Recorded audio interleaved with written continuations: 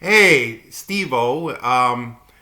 Uh, Almost 27 million people voted so far in America, and that's a good thing. And that's probably one of the main things that I want to talk about. And but at the same time, almost 2020, 200, you know, over 220,000 people have died of COVID, and that's kind of the sad thing. And my bad, I just woke up and I'm just kind of thinking about.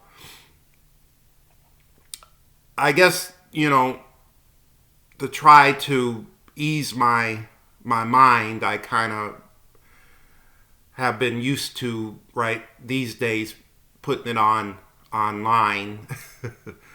And I was thinking about the Tea Party movement and the way they treated Obama, President Obama. G.W. Bush put us through. He was the president from what was it, 2000, 2001 until 2009, I think, uh, give or take a few. G.W. Bush put us through two wars and the worst recession in 70 years. The G.W. Bush administration, before Bush left office, gave money to banks, gave our tax dollars to banks, millions and millions of our tax dollars to banks before he left office in 2009. When Obama went into office in 2009, he went into the worst recession in 70 years. And they were the fringe of certain right wing groups that blamed the first African American president. They blamed him for the recession. And, I think Bill Maher is right when they say, people forget what they want to forget. They remember Abraham Lincoln freed the slaves. Ronald Reagan is a saint. And,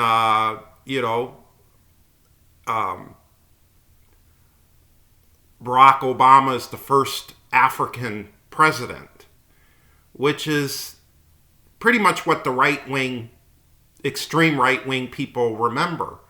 They don't remember G.W. Bush. And you can't blame one president when you know, and you can't recognize the other president before them. And I'm not saying Obama's perfect, and I don't. There's a lot of things I don't agree with Obama, you know. And I admit I voted for Obama because we both have a white mother and a black father, and I voted for Obama twice because I thought he would be the next John Kennedy. I thought he'd be the next FDR. I thought he'd be the next LBJ. But I think Obama was more conservative than I thought he was. And, it is what it is. I mean, he LBJ and FDR, they were years ago. They were a long time ago. And the system, the American system, has changed ever since then, ever since LBJ. And I guess we can't have another FDR or another JFK or another LBJ in our time, because ever since the time of Reagan, Wall Street is married with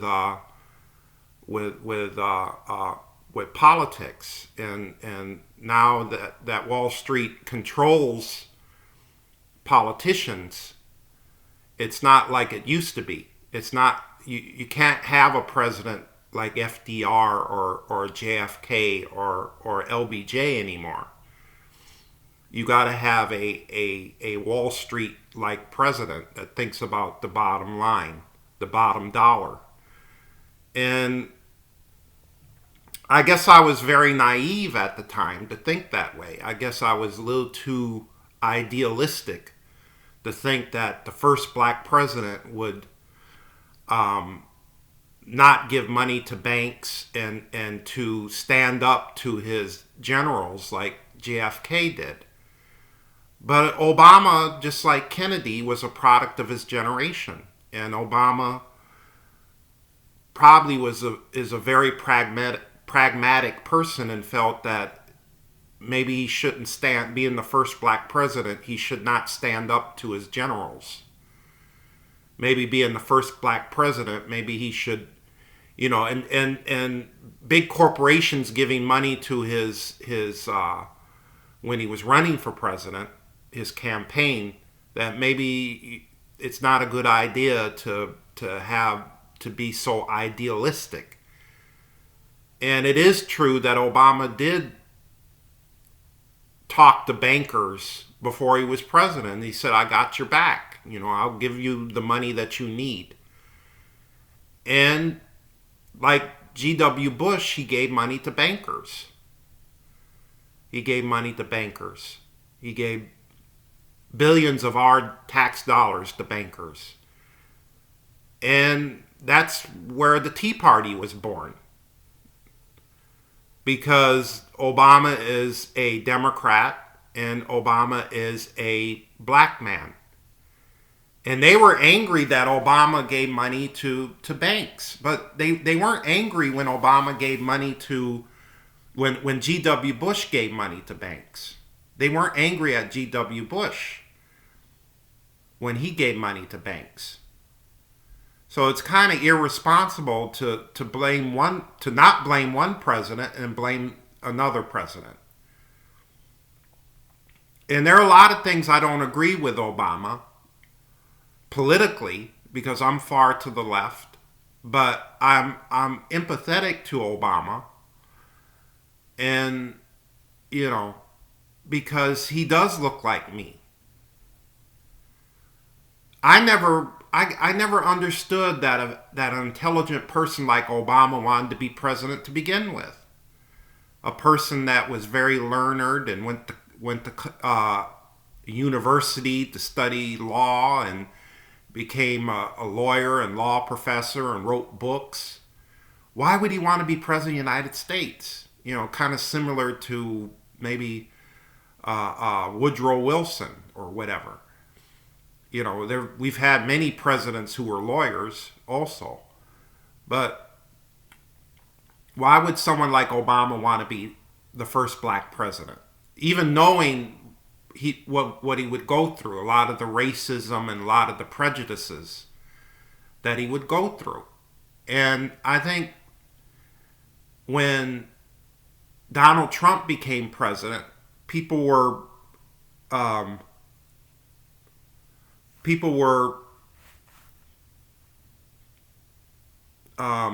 there were white people who, I was looking at something over here, says low on disc or whatever. I hope it doesn't bother what I'm doing. But when Donald Trump became president, there were a lot of white people who were happy that it was normal that we had a white president again. And the thing is, it doesn't say in the Constitution that it doesn't say in the Constitution that presidents have to be a certain color or a certain gender or whatever. And it's very sad that we live that way. It's very sad that people don't read the Constitution. They don't realize that having the first black president and in a, Washington, D.C. being the most black, huge population of African Americans are in Washington, D.C. And it's, I just don't understand why people are so prejudiced that they can't deal with a black president or they can't deal with a woman president. That maybe Kamala Harris will be the first woman president in America. They have women presidents around the world, so it's not a big deal. You know, it's not a big deal that they're women presidents. We haven't had one yet. We haven't had one woman president. And let's just say Biden wins and Kamala's vice president, and Biden, he's an elderly man, and I don't wish any harm to him, but I hope he fulfills his 4 years or his 8 years as president. But let's just say if Biden gets sick and Kamala takes over for a while as president, there are going to be a lot of people that are so prejudiced. Even when Obama was president, they were prejudiced for having a black president. So it's very disheartening how we don't practice what's in the Constitution. We don't read the Constitution, and we don't practice the democratic ideas that our forefathers, it doesn't say in the Constitution that this is a white male country. It doesn't say that in the Constitution, that this country is for white men only. It doesn't say that in the Constitution. And so I think our forefathers knew that people of color are going to be the majority someday, and people of color are going to run for office and this and that. I'm pretty sure they knew that in the back of their head. But they didn't change the Constitution and say, well, only white men can be president. Only white Christian heterosexual males can be president. They didn't say that. And the Constitution is very, you could only be 35 years old and born an American citizen to be president. That's all it says about being president of the United States, running for office. So it's very disheartening how prejudiced people are. It's very disheartening that as a black man, people will always look at me as a black man. They won't look at me as a human being, as a person. And it's quite ironic, as a very learned black man like Obama, he will always be looked as a black man, not as a human being, not as a person. And I bet you in other countries, Obama would have been accepted in other countries.